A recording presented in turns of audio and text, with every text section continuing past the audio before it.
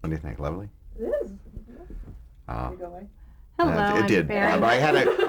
It was a nanosecond where I had a chance to see there were two people.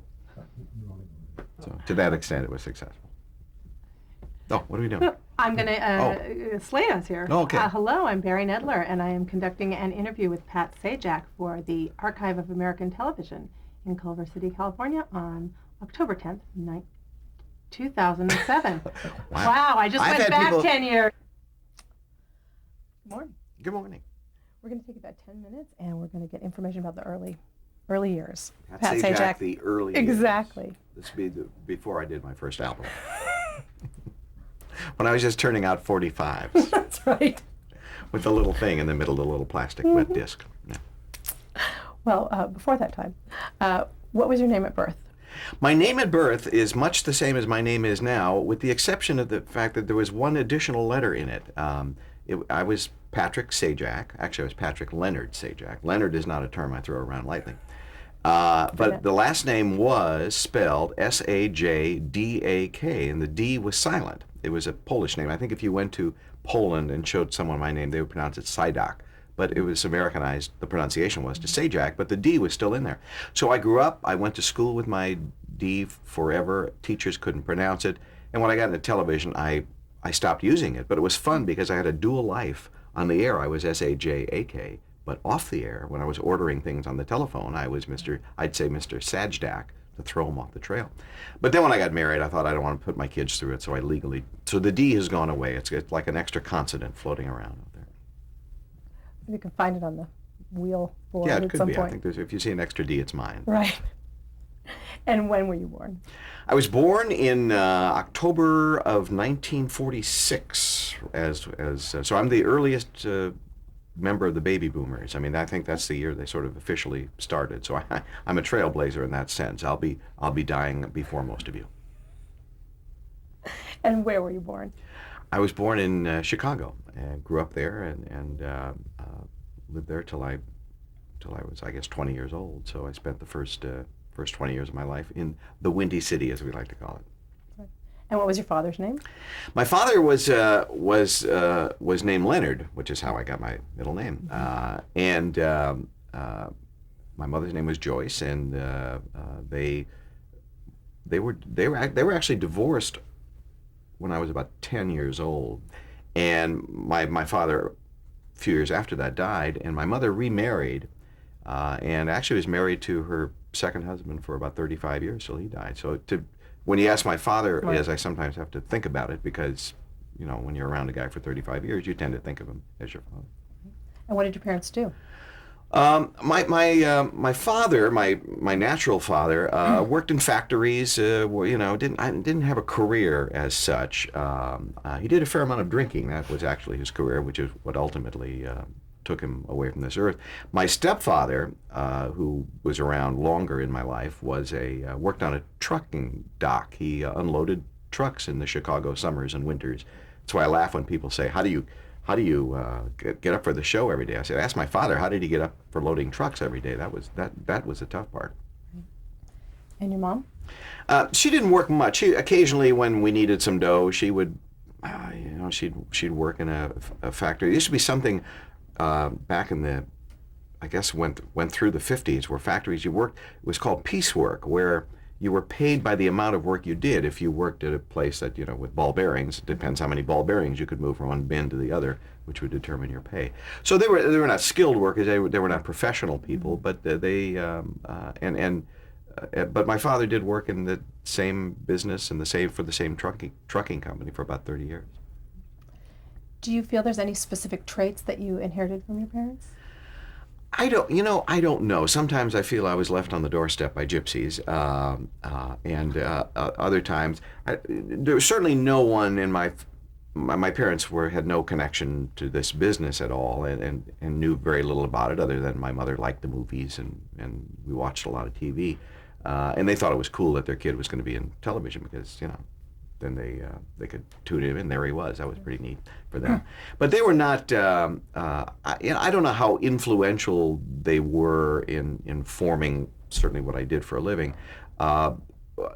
They I guess what was best about them is they sort of let me do what I wanted to do, and I turned out to be a fairly decent human being, so I didn't need that much guidance. But as far as career and all that, they never really questioned it. It's something I wanted to do from early on. They knew that, and so they weren't surprised that I did, and they didn't necessarily make phone calls to agents, but they also didn't stand in the way. And so you say you already had an interest at a young age. Did you have any specific hobbies growing up that?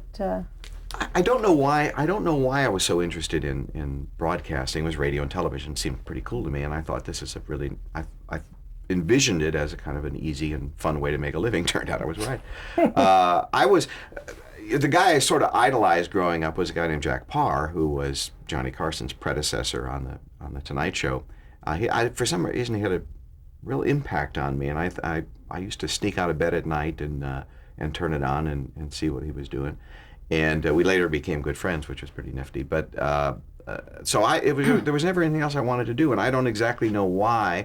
It's not as if I wanted to escape my life or anything like that. It seemed like a real attractive profession, and for some reason it had a draw on me. And whereas kids used to come home from school, I guess, typically and turn on the cartoons or something, I found myself in the morning turning on the radio and listening to Arthur Godfrey and people like that. I was attracted to broadcasters. Don't ask me why. It's probably some deep hidden psychological secret in my being that I'd rather not know about. Where did you go to high school before you head to broadcasting? I was at a school called Farragut High School, named after Admiral David Farragut, damn the torpedoes, full speed ahead, in sort of urban Chicago. I was the minority kid. My school back in the 60s was more than 90% black, so I learned to get along at an early age, and I had a sense of minorityhood, I guess. But it was a good school. I was an okay student. I got by entertaining the teachers. I didn't necessarily learn a lot, but for example, I would do two versions of tests. I would do the real version for a grade, and then I would do funny, or what I considered to be funny answers, and the teachers would play along and laugh and thought I was a cute kid. So you're a class clown kind of guy? Not in this throwing spitball sense or disrupting the class sense, but it was more of I considered sort of this intelligent humor where I would write funny answers to things, and I wasn't going around wearing funny hats and making faces, but I did try to keep the instructors amused, at least, if not the other kids, who probably were sick of me. Well, in 1965, you landed a guest teen DJ spot on Chicago's Dick Biondi show. How did that come about? Dick's still around now, but was a big disc jockey in Chicago. I mean, the biggest, and on WLS radio, that was the big rock station. And he announced he was going to do a thing on Saturday nights, guest teen disc jockeys, and you'd literally send in your name, and he'd draw your name out of a hat, and the first, so I was all excited. I was going to do this, so I just sent in my name, and the first week they had a kid on, and they drew out the name for the second week, and they drew my name. Only thing I've ever won. But actually, Dick he was sick the day I went in, and I didn't get to work with Dick, but I worked with a fellow named Art Roberts, who was also a terrific disc jockey there. But it was my first broadcast work. My grandfather owned a wire recorder, which was an old machine. Even for its day, it was an old machine. It was a precursor to the tape recorder, and it was literally a spool of wire, and it was a machine that recorded things, and he recorded the show. And up until about 20 years ago, I sort of knew where it was, in his basement or something, and then it kind of got lost. So somewhere, someone is probably soldering with my show. Did you learn anything valuable from that experience? Yeah, I learned I liked it, and I learned I had a facility for it. I wasn't.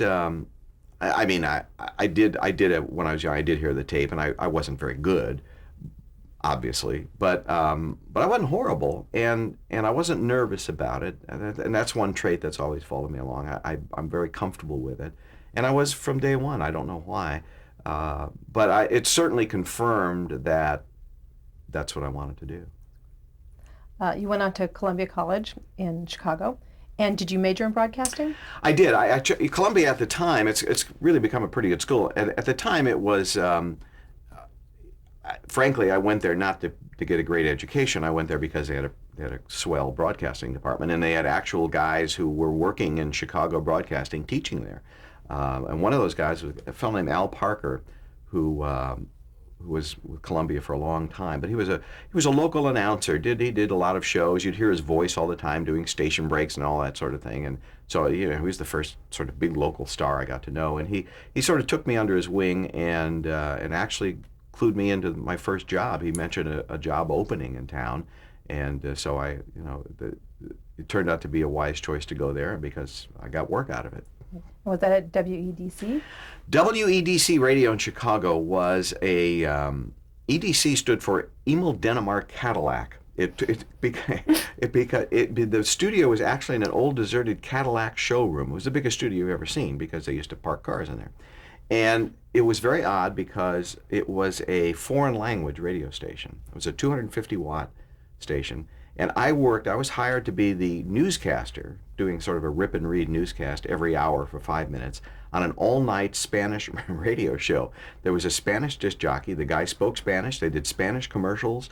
The log was in Spanish. Everything was Spanish except for me doing the news in English every hour. To this day, I don't know why that was. And I didn't speak Spanish. And the disc jockey, Carlitos Agrello, isn't that funny how those names stick in your head? Anyway, my pal Carlitos didn't speak English to speak of. So I knew it was time for the news because he'd go, Pat Sajak, and I'd hear my name, and I started, reading about the war. Did this experience encourage you, discourage you, give you any specific focus for your career? The main thing I learned is I didn't want to work at a foreign language. I thought English I was better because I didn't know any other language. It was really terrific because even though no one was listening, certainly no one who spoke English was listening. Even my parents, it was too late for them to listen. They were in bed. My father had to get up early. But I was working on radio, and it was in Chicago, which sounds really cool, even though, again, it was at a very, very small place. So again, all these things had to sort of confirm that I was heading along a path that I thought would ultimately prove to be successful. In 1968, you left college and you decided to join the Army. What prompted that? I did. I was at Columbia, and I had finished my junior year, and as I say, I wasn't the world's greatest student. I went to that school primarily because of the broadcasting department. And the war was going on, and I don't know, in a sort of a fit of patriotism, I thought, I'm going to join the Army. And I went home and made that announcement, and my parents said, huh? But again, they tended not to stand in my way, and they said, have a good time, and, don't forget to eat regularly. I joined, and I was sent. I went to basic training, and then went sent to Vietnam, where I was initially made a finance clerk. I was assigned to a fort, Long Binh, about 30 miles outside of Saigon, and I was responsible for. They gave you files of various soldiers. I was in the Army, and you were responsible for their pay every week, and you kept track of their promotions and their records and problems and whatever they may have been. And I actually was, for a guy who had no finance training, I was a pretty good finance clerk. The Army sometimes they trained me as a clerk typist and then made me a finance clerk. It's our government in action. And but I was a pretty good finance clerk, but I kept trying to get transferred into Armed Forces Radio, and I kept being turned down because I was too good a finance clerk. And then it's funny how life works. The guy who owned WEDC, my first radio station, the foreign language radio station, was a guy named Roman Puczynski. I notice you're not jumping up with recognition. But Roman was actually a fairly well-known politician in Chicago, and he was, and went on to be in the U.S. House of Representatives. And I wrote him a letter, and I was grousing a little bit about the fact that I can't seem to get this transfer, and I keep trying. And it's funny what a nice little chatty note from a congressman will do to people. And the next time I went in, applied, miraculously the transfer occurred. And there was an opening at the Armed Forces Station in Saigon. The morning guy his duty was up, and I took over that slot, and that was the Good Morning Vietnam slot. There was a show called, they used to name shows in those days. It was called The Dawn Buster, which is a pretty goofy name if you think about it, but that's what it was. But the signature of that show is you would yell, as Robin Williams did apparently in the movie, you would yell Good Morning Vietnam every morning. So at 6 a.m., that's what I did for about a year and a half. And what was the show? What was the content of the show? What was it like? We tried to, don't forget, we had 500,000 troops there. Most of them were young men of my age at the time, in their late teens to early to mid 20s. And, they're away from home and they're fighting a war. It's not a real pleasant situation. So the idea was to create a situation where when they turned on the radio, they felt as if they were at home. So it was great because it wasn't very military. It was an attempt to make it sound like a stateside radio station. So we played the same rock music they were playing back home. I didn't use rank on the air. I just used my name. The only oddity, now that I think back, was we didn't do commercials because it was a government-run thing, but we ran more like public service announcements, but we produced them in the same way you'd produce a commercial, with jingles and snappy, funny stuff, and just like you were listening to a radio station. But it was instead of being about acne medication, it was about keeping your M16 clean, which sounds a little odd today, but but it was a job. It was the biggest market I'd ever worked in. Chicago was foreign language. I mean, this was, I had 500,000 soldiers there, plus the American civilians, and a lot of the local Vietnamese spoke English. So I actually had and there weren't a lot of choices on the dial. So I was pretty hot stuff. Were you starting to develop a specific kind of style at that point?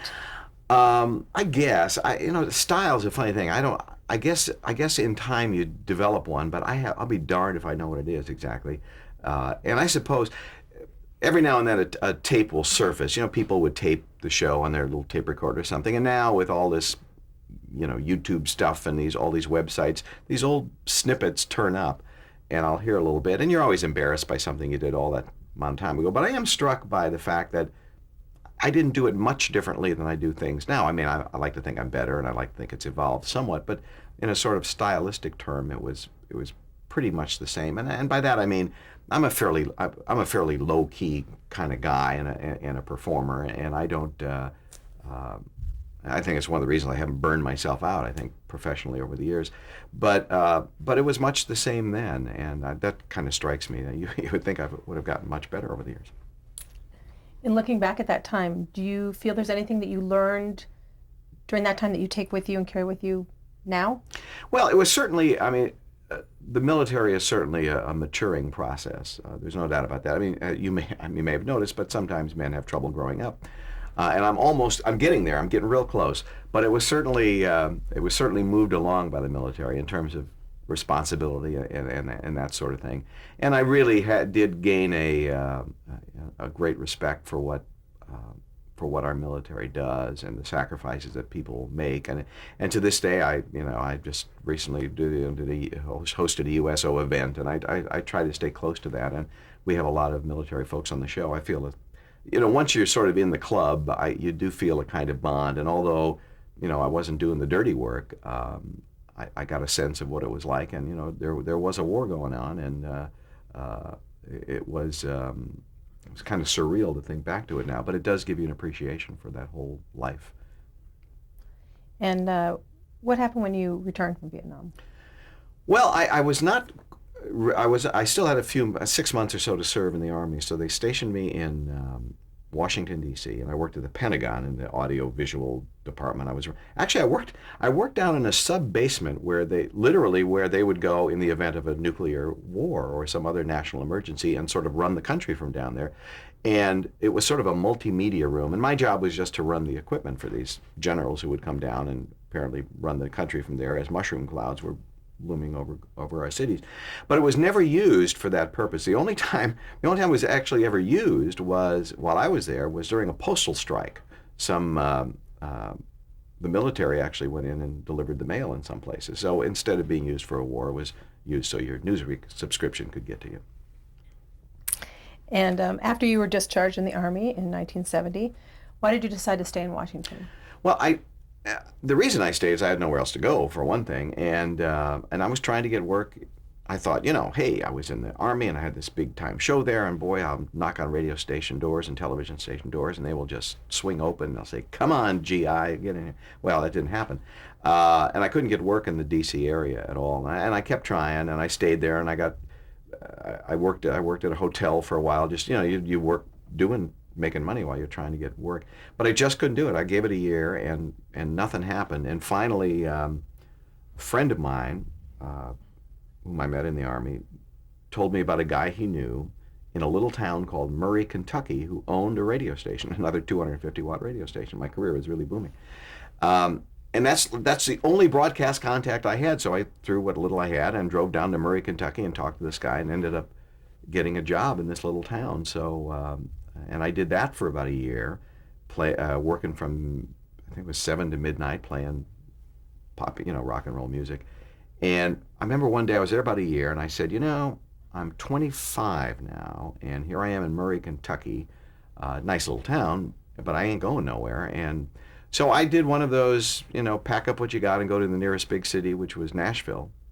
And darn it, I'm going to get work there. And I was so successful that I got a job at the Howard Johnsons in Nashville, behind the desk, checking in Mr. and Mrs. Smith's, and did that for a good while. But all the time I was doing that, I would be knocking on the doors of the local stations. And the door I knocked on most frequently, because they were very near the motel that I worked in, was WSM, the sort of legendary Grand Ole Opry radio television station. It's WSMV now. I think they've changed their call letters, the television station they had. But I kept knocking on the door, and they were very nice to me, and they liked me, but they had nothing for me, and I didn't really have television experience. But they would, they'd sit down, they'd let me have a soft drink or a cup of coffee, and we'd talk a little bit, and then they'd say, so long, and I go back and see him in a few weeks, and we'd go through the same process. One time I happened to go there as the program director, the very nice fellow, was putting down the phone. He said, this call was from one of our staff announcers. He just told me he's retiring, so we do have an opening. And they hired me to do, I worked in the broadcast booth, which is an old profession, doesn't exist anymore, but guys would sit in there and do station breaks and say things like, available at Walgreens, and stuff like that. And that's how, and eventually they let me on camera, and eventually I started filling in on the weathercast and sportscast and all that sort of thing. And by the end, I spent 5 years at WSM, and by the end of that run, I was on regularly. I was doing the weather at 10 o'clock on the 10 o'clock newscast and doing some other stuff as well. But that got me noticed by a Los Angeles station, KNBC in Los Angeles. They were looking for a weatherman, and back in those days, when a big station like the NBC station in LA wanted somebody, they had these headhunters who worked for them, and they would literally go into cities, sit in hotel rooms, and tape the local people and bring them back and say, what do you think of this guy? And happily they did that with me, and what they said was, let's hire him, and they did, and that's how I got to the West Coast.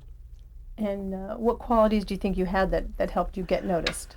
I don't know. I'm real tough. I'm real bad at self-analysis professionally. I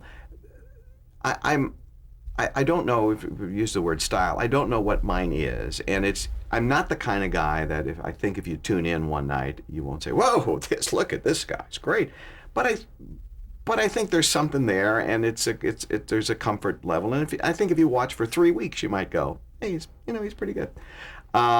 I don't know how we figured that out in a couple of tapings, but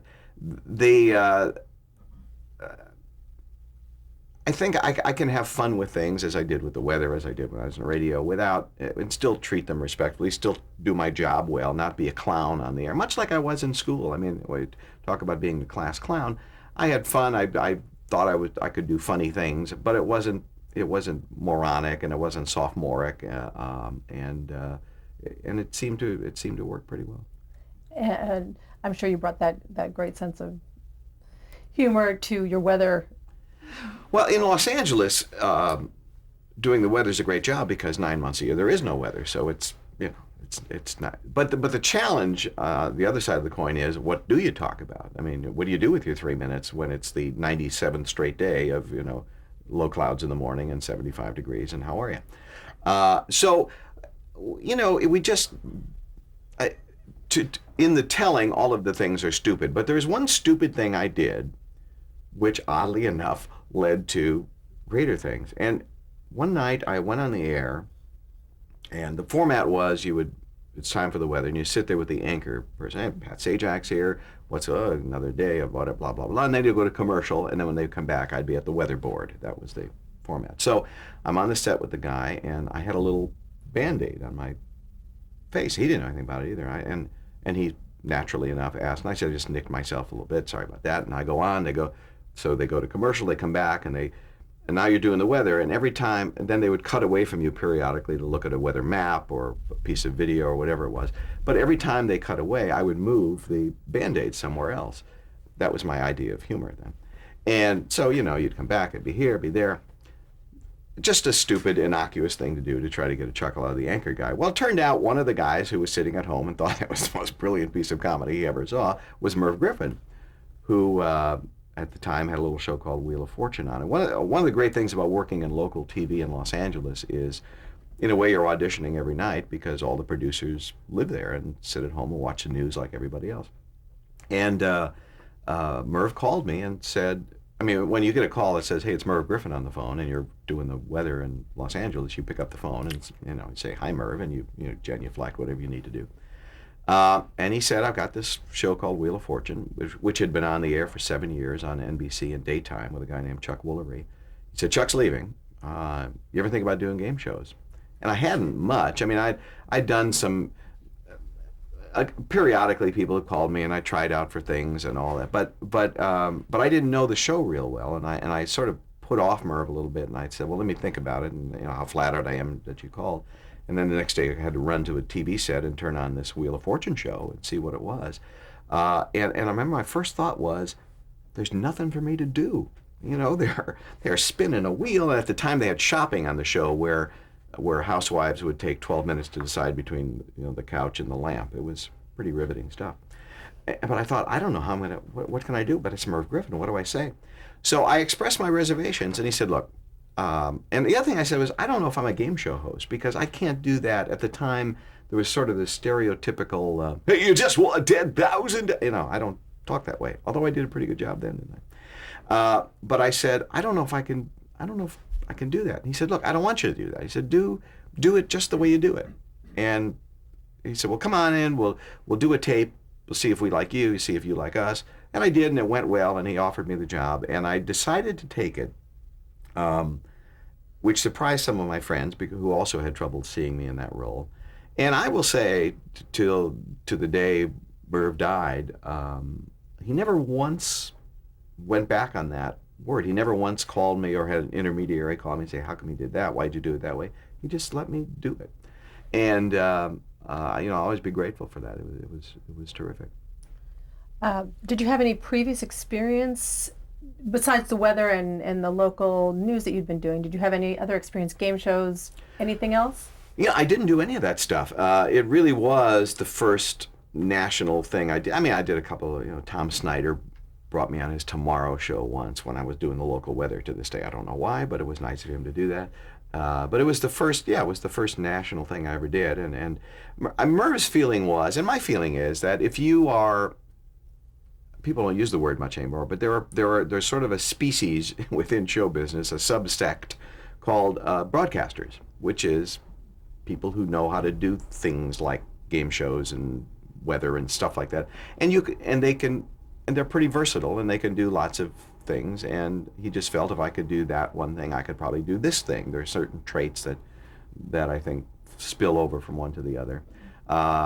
And so, and frankly, I thought the show had been on 7 years on NBC. It was finishing third, and it had a good run, but it looked as if it was fading. It was finishing third in its time period to Price is Right on CBS and Love Boat reruns, honestly, on ABC. And so the way I envisioned this was, you know what, I'll do this for a year or two, the show will go away, and then I will have established a little national credibility, and I'll move on to something else. Shows you what I know about broadcasting. It kind of got a second wind, and sometimes you change something. Doesn't mean anybody's better or worse, but sometimes change gets a little interest, and so it seemed to pick up a little life, and the numbers peaked a little bit. But then they started 2 years later. This was in '81. Hang on one second, we'll change the tape. Yep. Right before you